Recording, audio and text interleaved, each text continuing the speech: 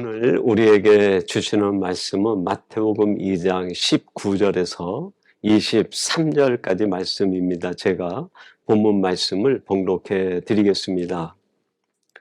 헤롯이 죽은 후에 주의 사자가 애굽에서 요셉에게 현몽하여 이르되 일어나 아기와 그의 어머니를 데리고 이스라엘 땅으로 가라.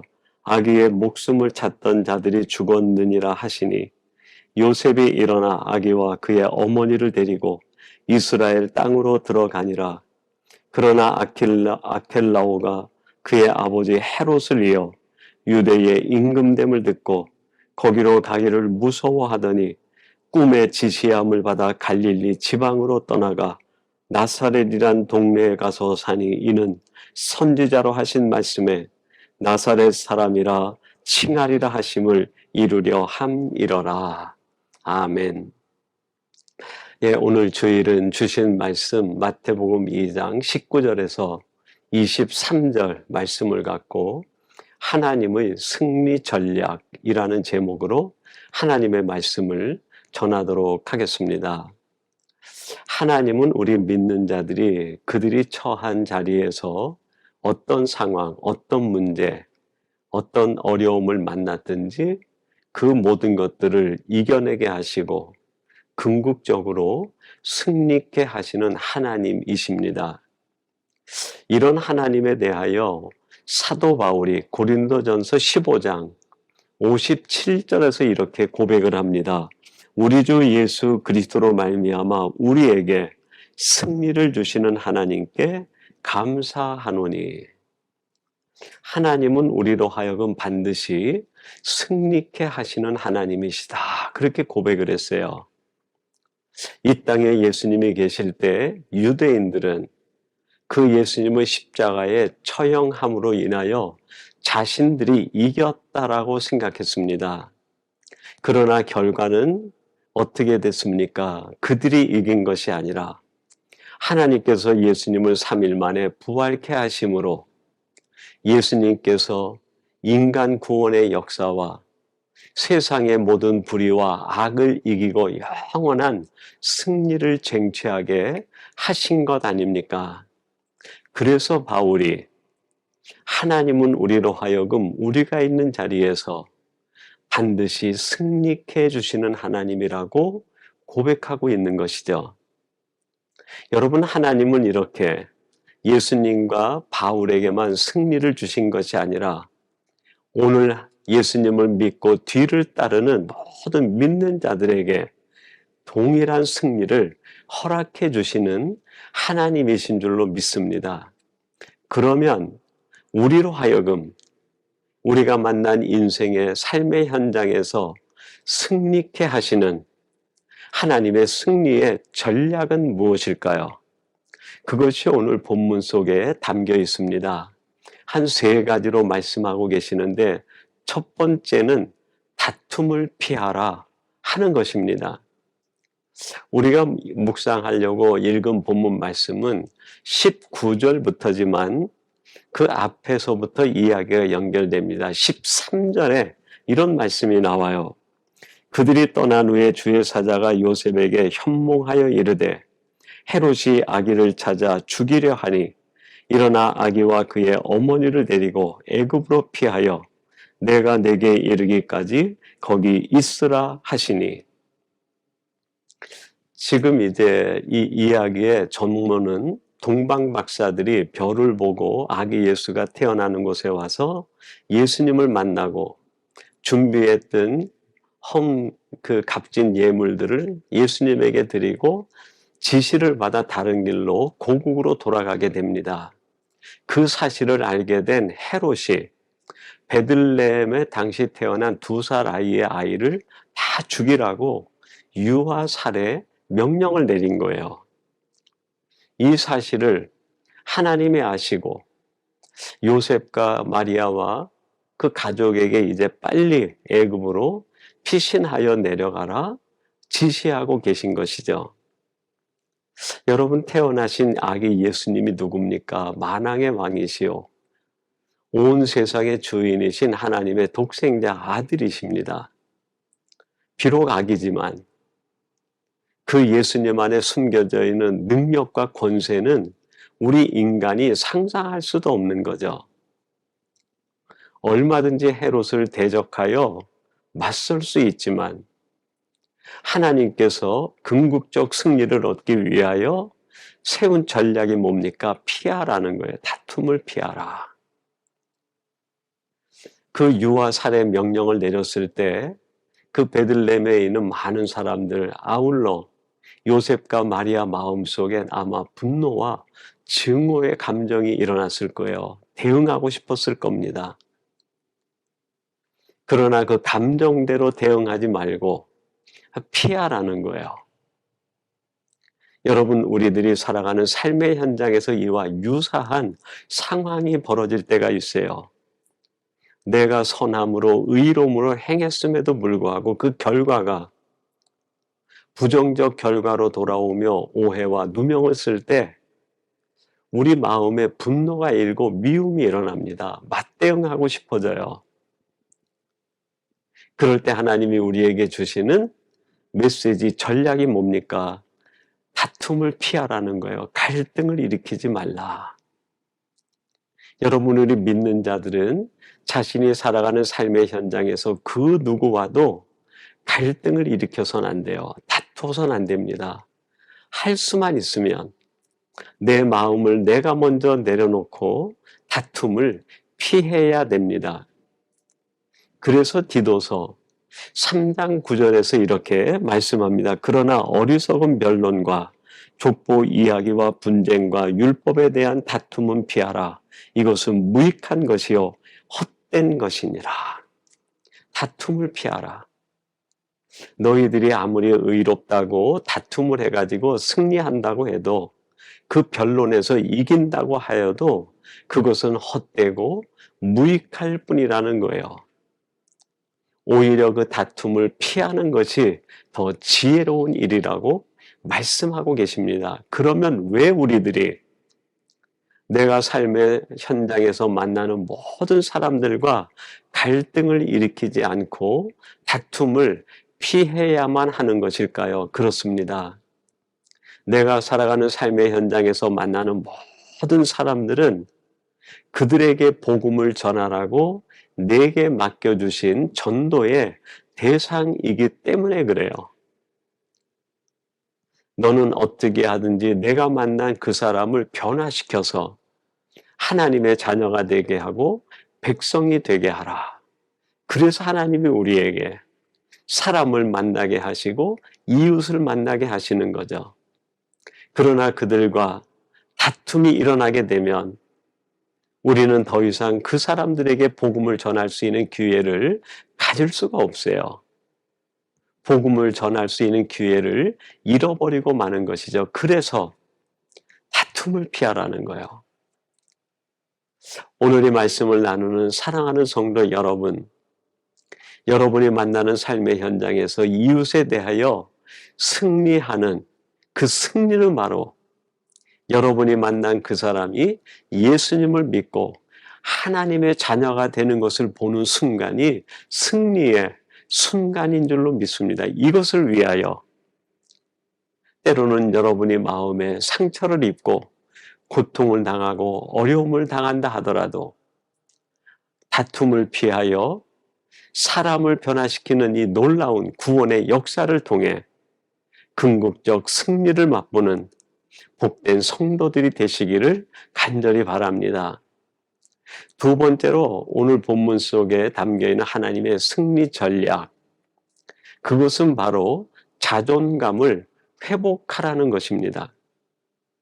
오늘 본문 말씀 19절에 이렇게 말씀합니다. 헤롯이 죽은 후에 주의 사자가 애굽에서 요셉에게 현몽하여 이르되, 이제 이 요셉과 그의 가족이 헤롯이 베들레헴에 있는 어린아이들 유아 살해 명령을 내리자 급히 애굽으로 피신해 내려가 있게 됩니다. 피신해 내려가 있는 중에 소식이 하나 들려요. 어떤 소식입니까?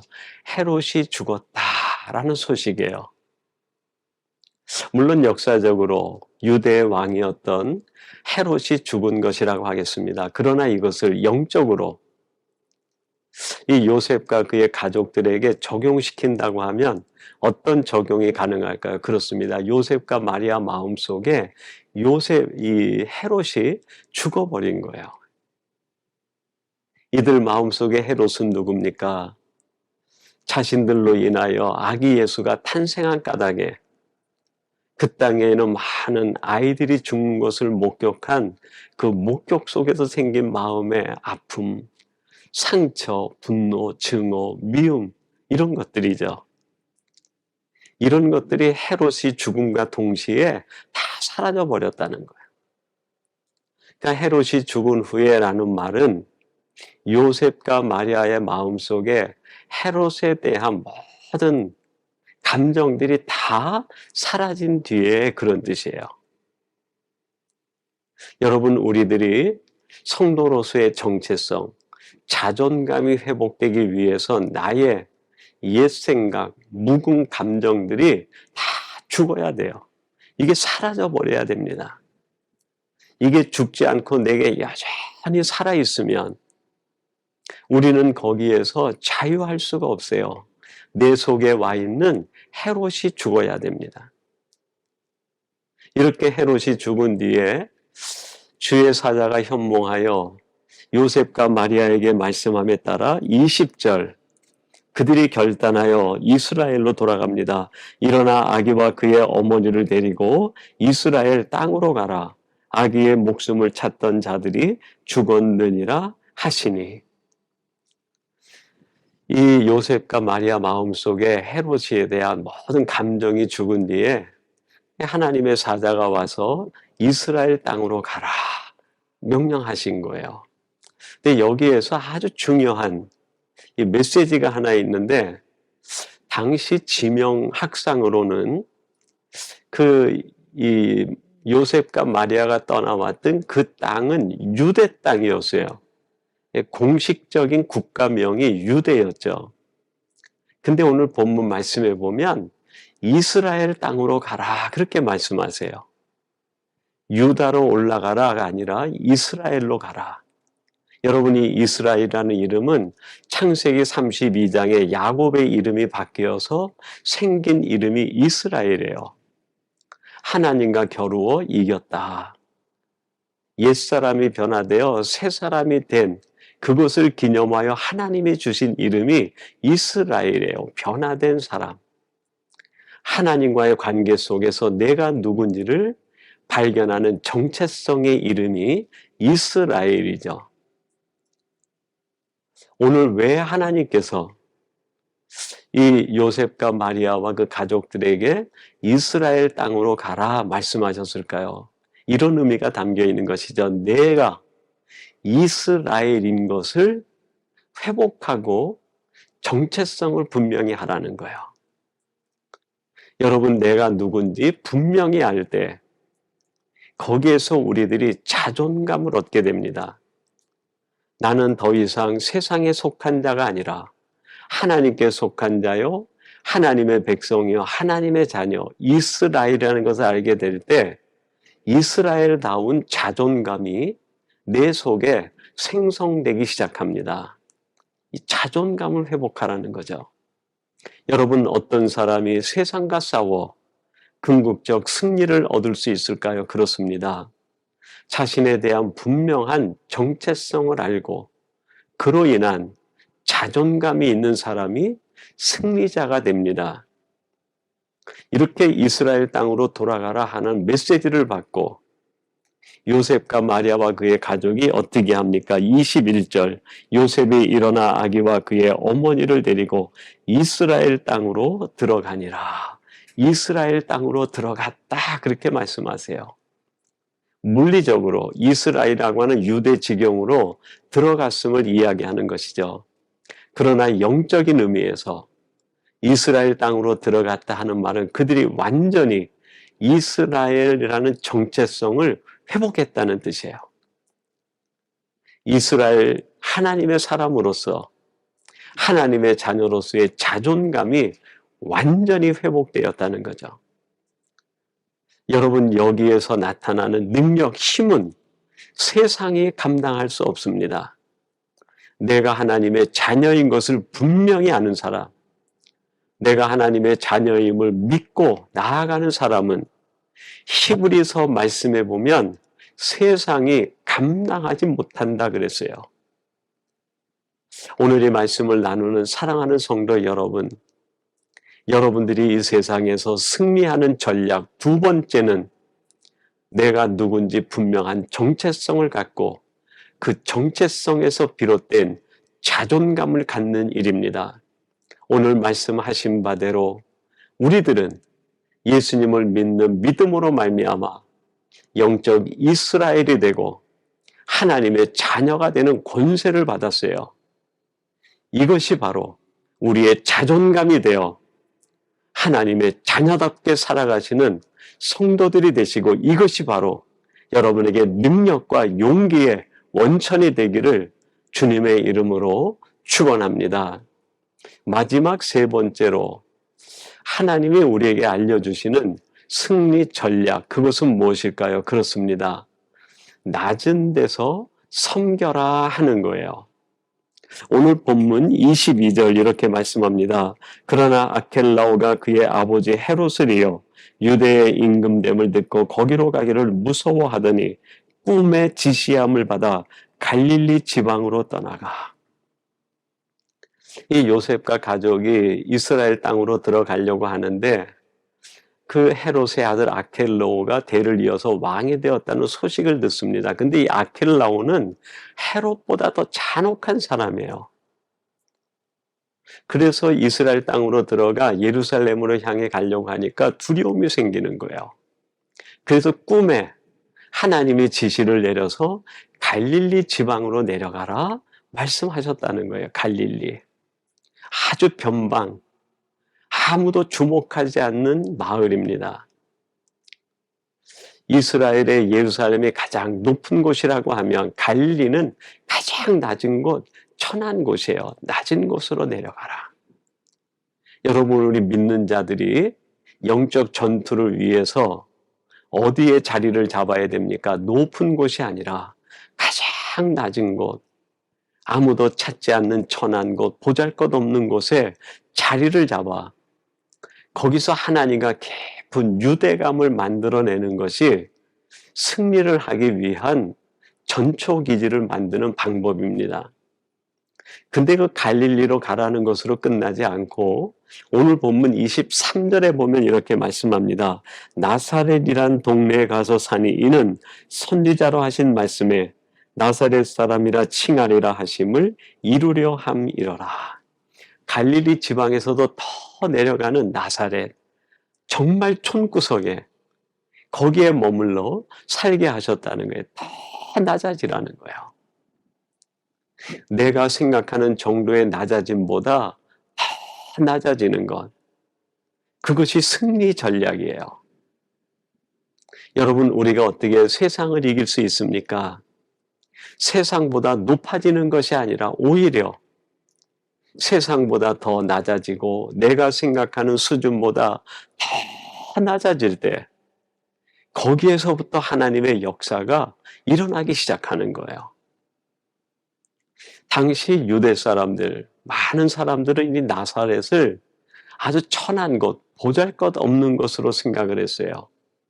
그래서 나중에 예수님께서 갈릴리에 오셔서 제자를 삼을 때 나다나엘이라는 제자가 예수님이 나사렛 출신이라는 이야기를 듣고 비하하듯이 이렇게 이야기를 합니다.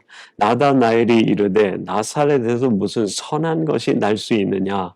빌립이 이르되 와서 보라 하니라. 나사렛에서 무슨 선한 것이 날 수 있겠느냐?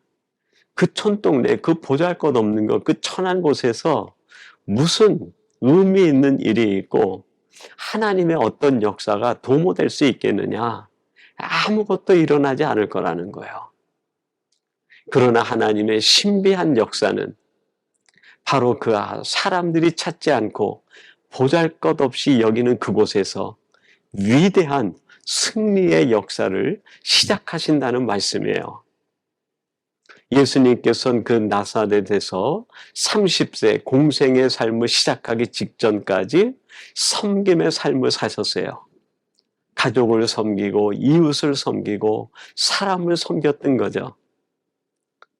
여러분, 하나님이 우리에게 가르쳐 주시는 세 번째 승리의 전략은 낮은 데서 섬기라는 거예요.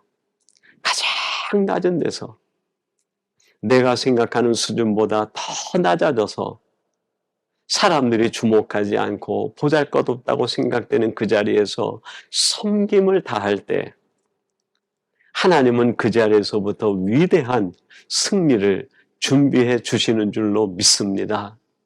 사랑하는 성도 여러분, 하나님은 우리로 하여금 반드시 승리케 해 주시는 분이십니다. 내가 지금 어떤 상황, 어떤 형편, 어떤 어려움에 처해 있든지 그것 때문에 좌절과 낙심하지 마시고 승리를 주시는 하나님, 그분을 믿고 하나님의 승리 전략을 따라 하루하루 성실하고 신실하게 살아갈 때 모자나 여러분 앞에 승리의 문이 열리고 하나님이 들려주시는 개선가가 울려 퍼지게 될 줄로 믿습니다. 그날에 여러분이 바로 그 승리의 주인공이 되시기를 주님의 이름으로 축원합니다. 우리 같이 기도하겠습니다. 하나님 아버지 감사합니다. 오늘 주시는 말씀을 통하여 하나님의 승리 전략이라는 의미를 우리가 함께 나누었습니다. 하나님은 우리로 하여금 우리가 처한 모든 상황 속에서 반드시 승리케 해주시는 하나님이심을 말씀해 주시니 감사합니다. 이렇게 우리를 승리케 하시는 하나님의 전략을 따라 우리에게 주어진 매 순간을 성실함과 신실함으로 살아 하나님이 쟁취해 주시는 승리의 그날, 승리의 개선가를 부르는 저희들 되게 해 주옵소서. 오늘 이 말씀을 나누는 모든 주의 백성들이 이러한 승리자가 되게 해 주실 줄로 믿사옵고 예수님의 이름으로 기도하옵나이다. 아멘.